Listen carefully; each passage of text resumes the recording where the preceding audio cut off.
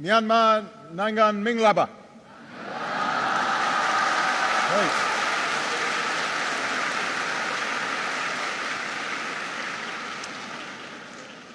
I am very honored to be here at this university and to be the first President of the United States of America to visit your country. I came here because of the importance of your country. You live at the crossroads of East and South Asia. You border the most populated nations on the planet. You have a history that reaches back thousands of years and the ability to help determine the destiny of the fastest growing region of the world. I came here because of the beauty and diversity of your country. I've seen just earlier today the golden stupa of Shwedagon and have been moved by the timeless idea of metta, the belief that our time on this earth can be defined by tolerance and by love. And I know this land reaches from the crowded neighborhoods of this old city to the homes of more than 60,000 villages, from the peaks of the Himalayas, the forests of Karen State, to the banks of the Irrawaddy River. I came here because of my respect for this university. It was here at this school where opposition to colonial rule first took hold. It was here that Aung San edited a magazine before leading an independence movement.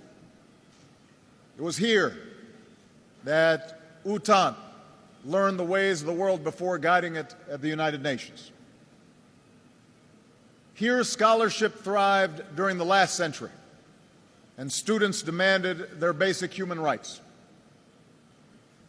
Now your parliament has at last passed a resolution to revitalize this university, and it must reclaim its greatness because the future of this country will be determined by the education of its youth. I came here because of the history between our two countries. A century ago, American traders, merchants, and missionaries came here to build bonds of faith and commerce and friendship. And from within these borders, in World War II, our pilots flew into China, and many of our troops gave their lives. Both of our nations emerged from the British Empire, and the United States was among the first countries to recognize an independent Union of Burma. We were proud to found an American center in Rangoon and to build exchanges with schools like this one.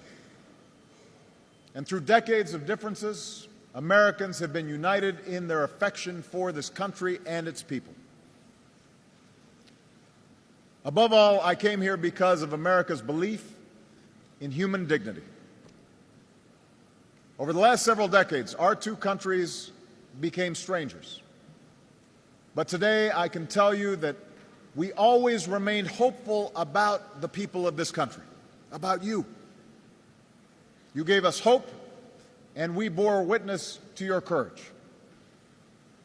We saw the activists dressed in white visit the families of political prisoners on Sundays, and monks dressed in saffron protesting peacefully in the streets.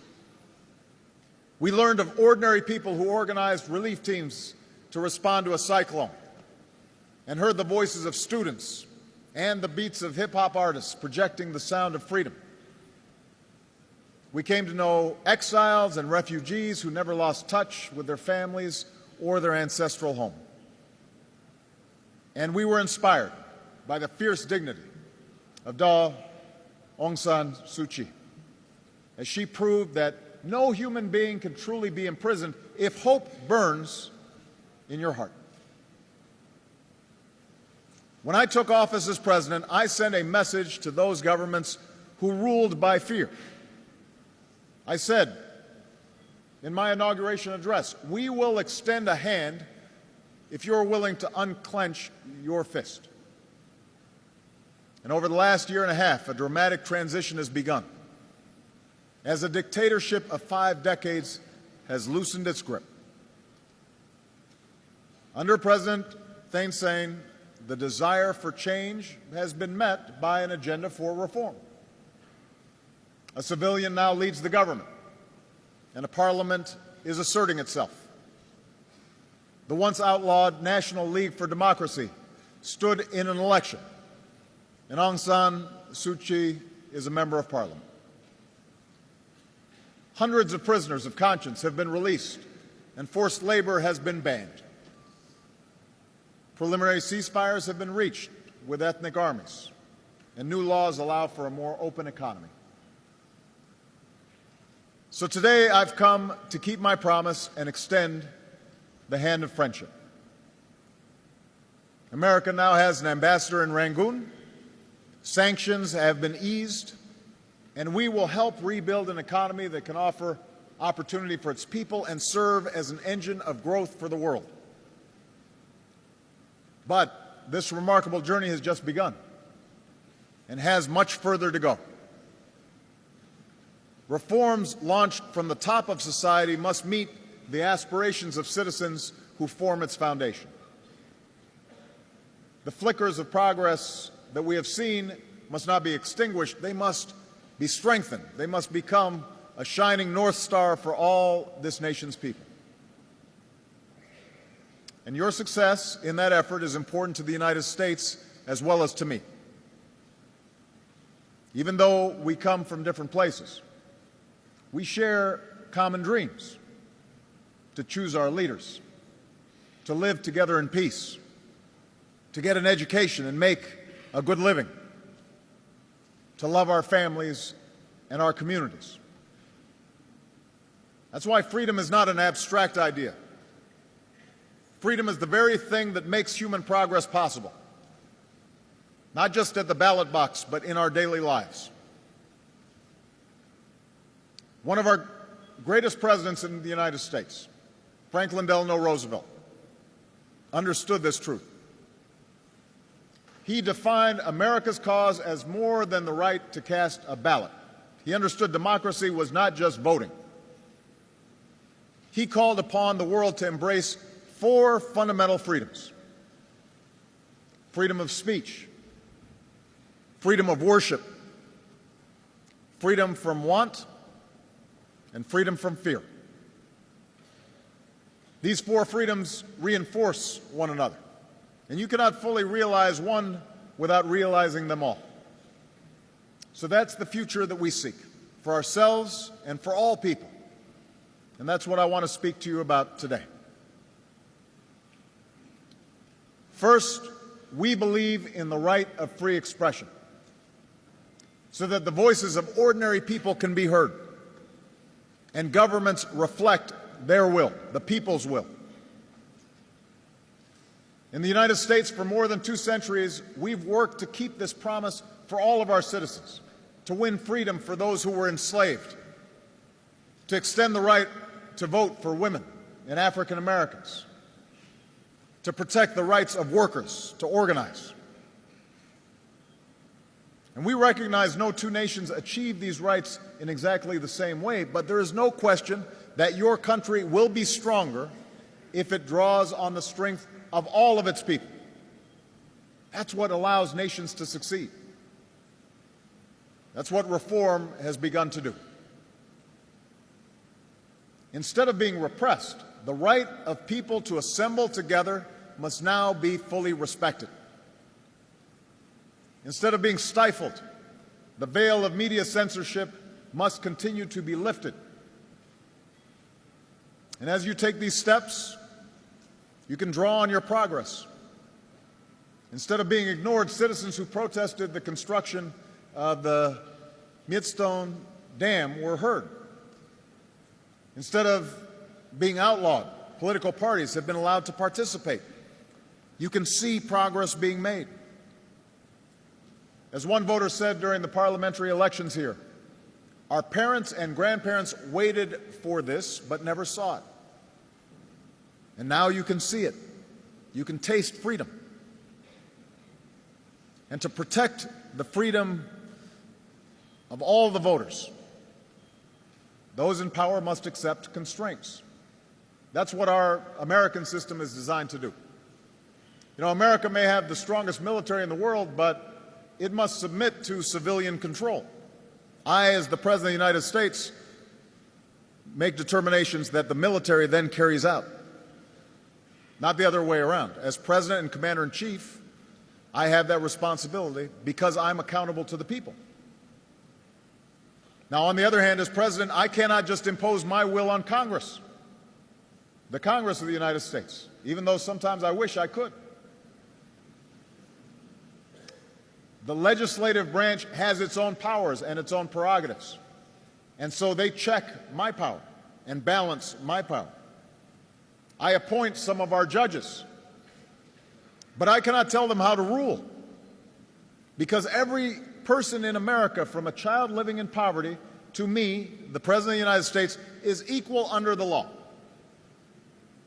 And a judge can make a determination as to whether or not I am upholding the law or breaking the law. And I'm fully accountable to that law. And I describe our system in the United States because that's how you must reach for the future that you deserve, a future where a single prisoner of conscience is one too many. You need to reach for a future where the law is stronger than any single leader because it's accountable to the people. You need to reach for a future where no child is made to be a soldier and no woman is exploited, and where the laws protect them, even if they're vulnerable, even if they're weak. A future where national security is strengthened by a military that serves under civilians, and a constitution that guarantees that only those who are elected by the people may govern. On that journey, America will support you every step of the way by using our assistance to empower civil society, by engaging your military to promote professionalism and human rights, and by partnering with you as you connect your progress towards democracy with economic development. So advancing that journey will help you pursue a second freedom, the belief that all people should be free from want. It's not enough to trade a prison of powerlessness for the pain of an empty stomach. But history shows that governments of the people and by the people and for the people are far more powerful in delivering prosperity. And that's the partnership we seek with you. You know, when ordinary people have a say in their own future, then your land can't just be taken away from you. And that's why reforms must ensure that the people of this nation can have that most fundamental of possessions, the right to own the title to the land on which you live and on which you work. When your talents are unleashed, then opportunity will be created for all people.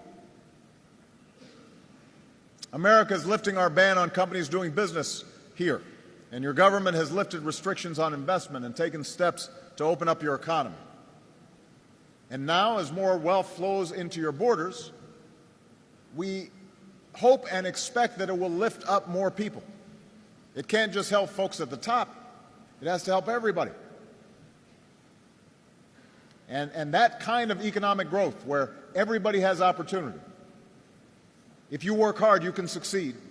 That's what gets a nation moving rapidly when it comes to development. But that kind of growth can only be created if corruption is left behind. For investment to lead to opportunity, reform must promote budgets that are transparent and industry that is privately owned. To lead by example, America now insists that our companies meet high standards of openness and transparency if they're doing business here.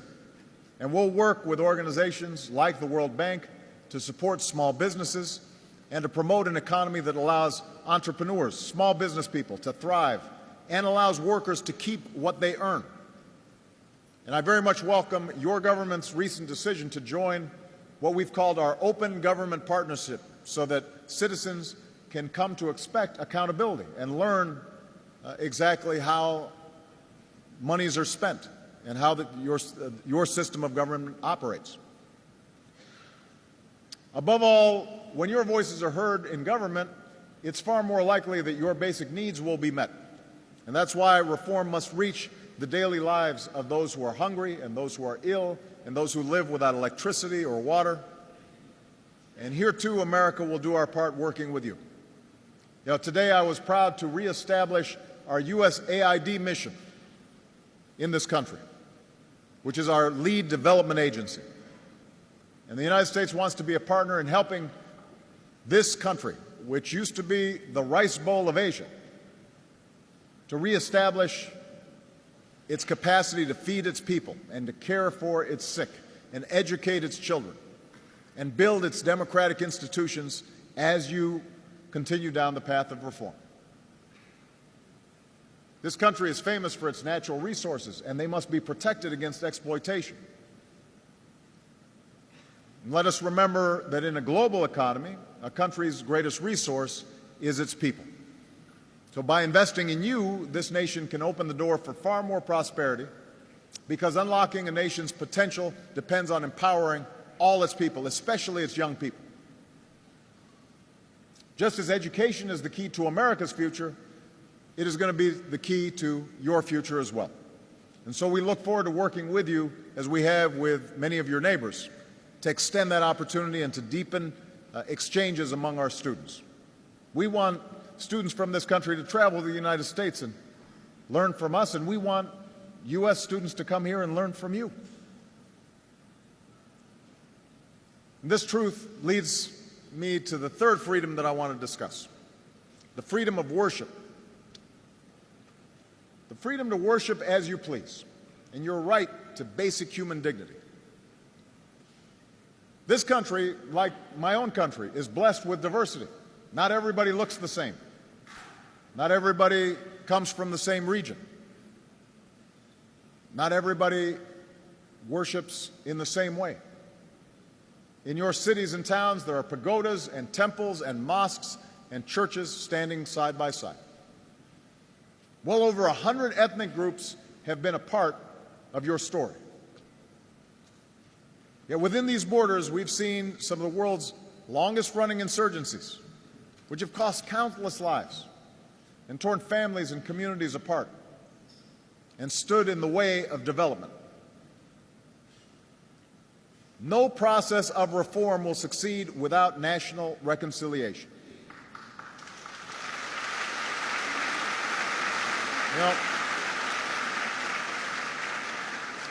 You now have a moment of remarkable opportunity to transform ceasefires into lasting settlements and to pursue peace where conflicts still linger, including Kachin State.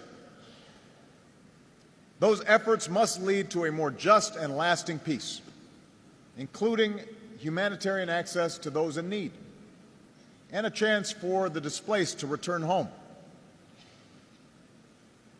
Today we look at the recent violence in Rakhine State that has caused so much suffering, and we see the danger of continued tensions there. For too long, the people of this state, including ethnic Rakhine, have faced crushing poverty and persecution. But there's no excuse for violence against innocent people. And the Rohingya hold within themselves the same dignity as you do and I do. National reconciliation will take time, but for the sake of our common humanity and for the sake of this country's future, it's necessary to stop incitement and to stop violence. And I welcome the government's commitment to address the issues of injustice and accountability and humanitarian access and citizenship. That's a vision that the world will support as you move forward. Every nation struggles to define citizenship. America has had great debates about these issues, and those debates continue to this day because we're a nation of immigrants, people coming from every different part of the world. But what we've learned in the United States is that there are certain principles that are universal, apply to everybody, no matter what you look like, no matter where you come from, no matter what religion you practice. The right of people to live without the threat that their families may be harmed or their homes may be burned simply because of who they are or where they come from. Only the people of this country ultimately can define your union, can define what it means to be a citizen of this country. But I have confidence that as you do that, you can draw on the diversity as a strength and not a weakness. Your country will be stronger because of many different cultures, but you have to seize that opportunity. You have to recognize that strength. I say this because my own country and my own life have taught me the power of diversity. You know, the United States of America is a nation of Christians and Jews and Muslims and Buddhists and Hindus and non-believers. Our story is shaped by every language.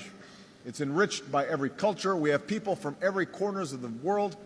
We've tasted the bitterness of civil war and segregation. But our history shows us that hatred in the human heart can recede, that the lines between races and tribes can fade away. And what's left is a simple truth. E pluribus unum. That's what we say in America. Out of many, we are one nation, and we are one people. And that truth has time and again made our union stronger. It has made our country stronger. It's part of what has made America great. We amended our Constitution to extend the democratic principles that we hold dear. And I stand before you today as president of the most powerful nation on earth, but recognizing that once the color of my skin would have denied me the right to vote. And so that should give you some sense that if our country can transcend its differences, then yours can too. Every human being within these borders is a part of your nation's story, and you should embrace that. That's not a source of weakness, that's a source of strength if you recognize it. And that brings me to the final freedom that I'll discuss today, and that is the right of all people to live free from fear. In many ways, fear is the force that stands between human beings and their dreams. Fear of conflict and the weapons of war, fear of a future that's different from the past, fear of changes that are reordering our societies and our economy, fear of people who look different or come from a different place or worship in a different way. In some of her darkest moments, when Aung San Suu Kyi was imprisoned, she wrote an essay about freedom from fear. She said, "Fear of losing corrupts those who wield it. Fear of losing power corrupts those who wield it. And fear of the scourge of power corrupts those who are subject to it." That's the fear that you can leave behind. We see that chance in leaders who are beginning to understand that power comes from appealing to people's hopes, not people's fears. We see it in citizens who insist that this time must be different, that this time change will come and will continue. As Aung San Suu Kyi wrote, "Fear is not the natural state of civilized man." I believe that. And today, you are showing the world that fear does not have to be the natural state of life in this country. That's why I'm here. That's why I came to Rangoon. And that's why what happens here is so important, not only to this region, but to the world. Because you're taking a journey that has the potential to inspire so many people. This is a test of whether a country can transition to a better place. The United States of America is a Pacific nation, and we see our future as bound to those nations and peoples to our west. And as our economy recovers, this is where we believe we'll find enormous growth. As we've ended the wars that have dominated our foreign policy for a decade, this region will be a focus for our efforts to build a prosperous peace. Here in Southeast Asia, we see the potential for integration among nations and people. And as president, I've embraced ASEAN for reasons that go beyond the fact that I spent some of my childhood in this region, in Indonesia. Because with ASEAN, we see nations that are on the move, nations that are growing and democracies that are emerging, governments that are cooperating, progress that's building on the diversity that spans oceans and islands and jungles and cities, peoples of every race and every religion. This is what the 21st century should look like if we have the courage to put aside our differences and move forward with a sense of mutual interest and mutual respect. And here, in Rangoon, I want to send a message across Asia. We don't need to be defined by the prisons of the past. We need to look forward to the future. To the leadership of North Korea, I've offered a choice. Let go of your nuclear weapons and choose the path of peace and progress. If you do, you'll find an extended hand from the United States of America. In 2012, we don't need to cling to the divisions of East, West, and North and South. We welcome the peaceful rise of China, your neighbor to the north, and India, your neighbor to the west. The United States will work with any nation, large or small, that will contribute to a world that is more peaceful and more prosperous and more just and more free. And the United States will be a friend to any nation that respects the rights of its citizens and the responsibilities of international law. That's the nation, that's the world that you can start to build here in this historic city. This nation that's been so isolated can show the world the power of a new beginning and demonstrate once again that the journey to democracy goes hand in hand with development. I say this knowing that there's still countless people in this country who do not enjoy the opportunities that many of you seated here do. There are tens of millions who have no electricity. There are prisoners of conscience who still await release. There are refugees and displaced peoples in camps where hope is still something that lies on the distant horizon. Today I say to you, and I say to everybody that can hear my voice, that the United States of America is with you, including those who have been forgotten, those who are dispossessed, those who are ostracized, those who are poor. We carry your story in our heads and your hopes in our hearts. Because in this 21st century, with the spread of technology and the breaking down of barriers, the front lines of freedom are within nations and individuals, not simply between them. As one former prisoner put it in speaking to his fellow citizens, politics is your job. It's not only for politicians.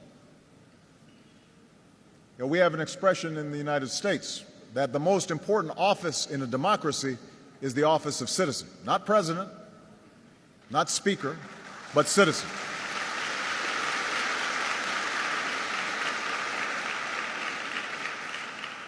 So as extraordinary and difficult and challenging and sometimes frustrating as this journey may seem, in the end, you, the citizens of this country, are the ones who must define what freedom means.